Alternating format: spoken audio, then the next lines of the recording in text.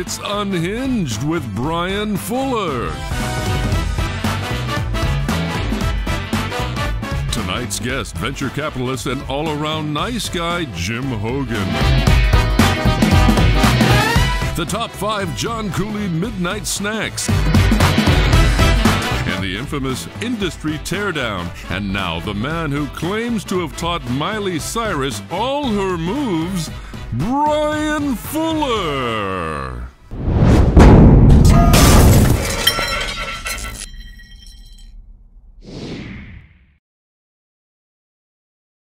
Hey, welcome to what the San Jose Mercury News will one day call the most satisfying intellectual romp in the history of WebTV. I'm Brian Fuller, longtime Valley watcher, silicon junkie, frustrated beet farmer. Every 2 weeks, we're going to bring you a bracing cocktail of electronics industry news and insights with some laughs as a twist. We've got great guests, a staff that's reasonably sober, and a fantastic roving reporter we'll follow via his prison issue ankle bracelet. So let's get started.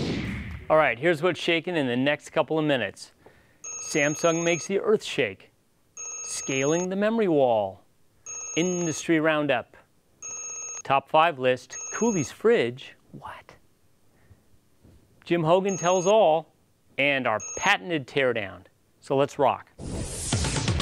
There's a lot of hand-wringing that there's not much silicon left in the Silicon Valley. This summer, Samsung called BS on that. The Korean consumer electronics behemoth broke ground on a 1 million square foot building that will house about 2,000 employees in sales and R&D. It'll be at the corner of North First and Tasman Drive in San Jose. Our roving correspondent, Sean O'Kane, was there for the Shovel Fest with Samsung SVP Bob Brennan. Sean, Bob, talk to us, guys. We're here at the groundbreaking ceremony at the new Samsung facility at First and Tasman in San Jose.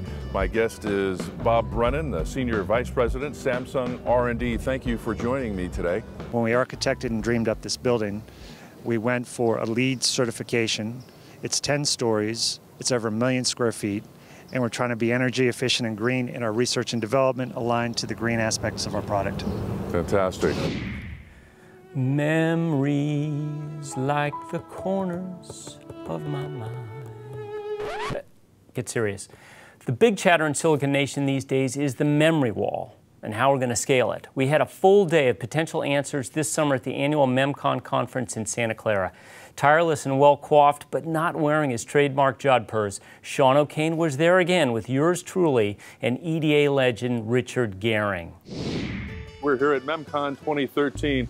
I'm here with the Gold Dust twins. It's Brian Fuller and Richard Gehring, the editorial staff extraordinaire with Cadence. Cadence today, in fact, announced memory models for 5 new memory standards, including wide I/O and hybrid memory cube. And that's just another small step in the direction of bringing these standards out to a broader marketplace. That was bracing. Now, quickly, around the horn. Facebook is just about to roll out its first products using Intel's Atom-based SoC. The storage controller will use Intel's upcoming Avoton chip. Facebook is in a race with rivals like Google to cut costs in their huge data centers and make them easier to manage. And lastly, EE Times reports that Intel bought Fujitsu Semiconductor Wireless Products, Inc., which developed an advanced multi-mode LTE RF transceiver. The big news here? EE Times is still in business. All right, and now to our top 5 list. The top 5 John Cooley midnight snacks. Industry gadfly John Cooley has been covering EDA since emulation was in diapers.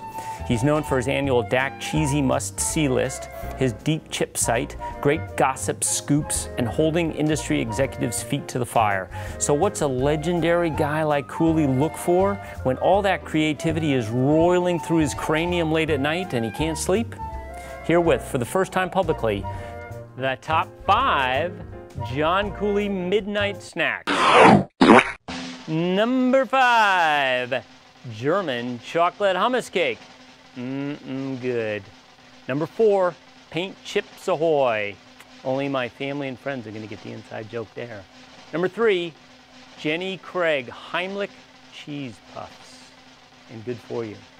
Number 2, Ben & Jerry's Bus Depot fudge. Ooh.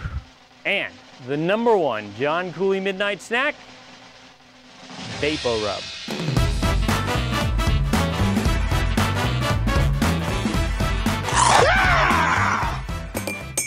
Next up is one of my favorite interviews, an industry legend whose reputation precedes him. He's become so adept at starting companies and investing and making bank on them that an industry executive once said, "Why do I keep writing checks to this guy?" I speak, of course, of the legendary Jim Hogan. Jim, welcome to the show. Hey, Brian. How are you, buddy? Thanks for coming. Appreciate it. My pleasure. You've been a long-time video guinea pig, and you're doing it here again today. You know, I'm a technology junkie, man.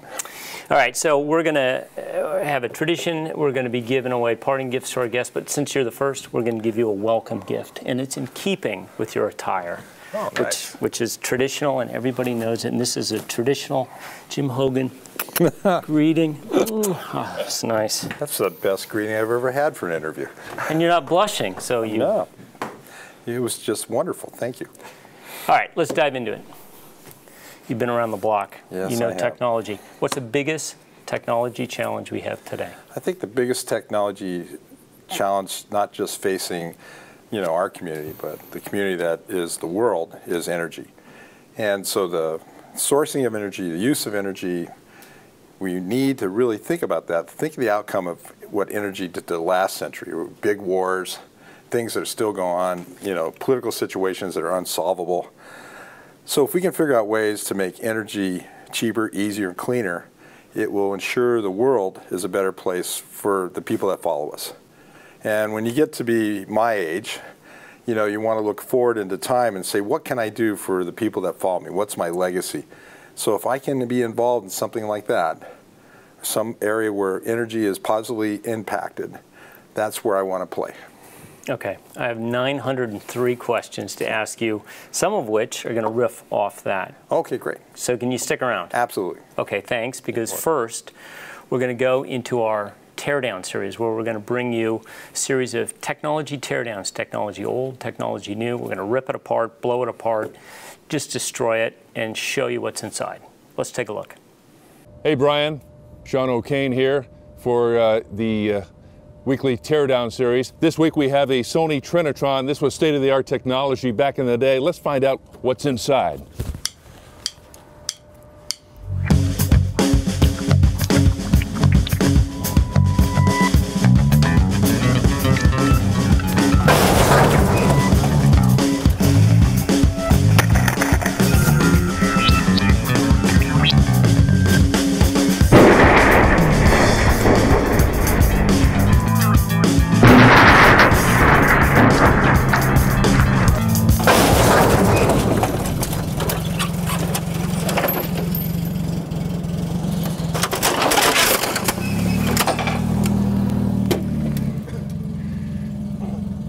Circuit boards.